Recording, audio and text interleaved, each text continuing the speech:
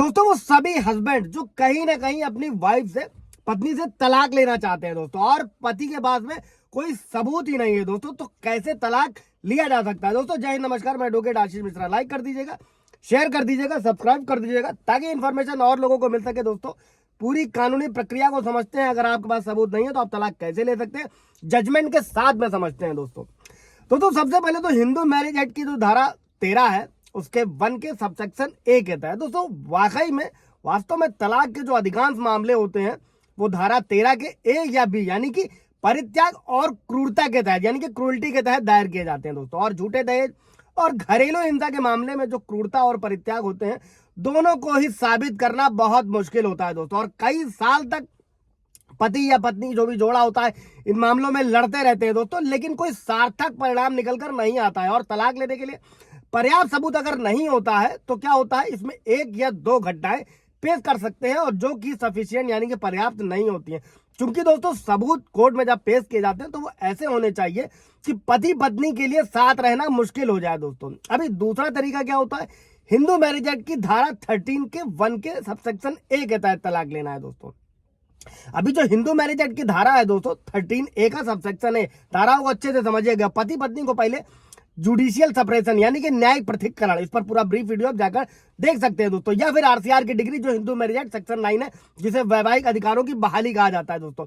और ये डिग्री लेनी होगी और डिग्री लेने के बाद में 1 साल बाद भी अगर सहवास फिर से शुरू नहीं होता है तो ये तलाक का ग्राउंड होता है दोस्तों, तलाक का आधार होता है और किसी अन्य सबूत की आवश्यकता नहीं होती है ऐसे में, और इसलिए तलाक लेना आसान हो जाता है और 498A के मामलों में बरी होने में भी मदद मिलती है दोस्तों। अभी केस से समझते हैं। केस क्या था, श्रीमती उषा बनाम महेश कुमार, 18 जून 2018।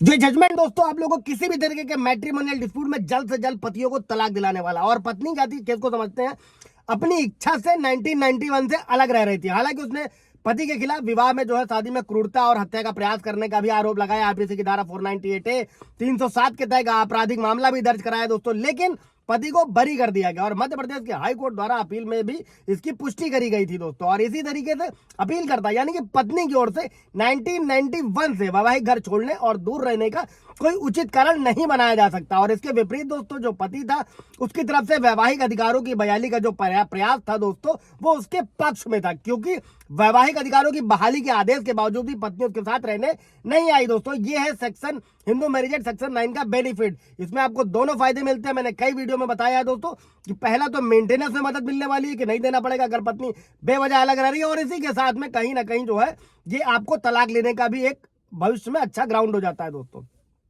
अभी वर्तमान मुकदमा क्या था दोस्तों कि केवल हिंदू विवाह अधिनियम 1955 की धारा 13 के 1 के सबसेक्शन ए के 2 के तहत दोस्तों इसी आधार पर शुरू किया जाता है। और पीड़ित पति या पत्नी की ओर से इस तरह के मामले में किसी भी तरह की गलती का आरोप नहीं लगाया गया था या स्थापित करने की आवश्यकता नहीं है। और एक बार जब अधिनियम की धारा के तहत दोस्तों ये रिकॉर्ड के तौर पर जो साक्ष्य द्वारा कोर्ट में दिए जाते हैं, एविडेंस दिए जाते हैं, अगर वो स्थापित हो जाते हैं तो अपील करता पत्नी द्वारा पति के समाज में जो शामिल होने और उसके साथ सहवास ना करने मतलब साथ ना रहने का पूरा मजबूती से दर्शाता है इस केस में दोस्तों। यानी कि पति के पास वो सभी सारे ग्राउंड थे, वो सभी रास्ते थे कि उसको तलाक दिया जाए दोस्तों। और हाई कोर्ट ने जो सारे एविडेंस को देखा और उचित तरीके से अप्रिशिएट किया और किसी भी तरीके की विकृति से ग्रस्त नहीं पाया और पति को तलाक दिया दोस्तों। ये है बिना सबूत आप तलाक कैसे ले सकते हो। कोई सवाल जवाब होगा कमेंट में पूछिएगा दोस्तों, क्लियर कर दिया जाएगा। Thank you.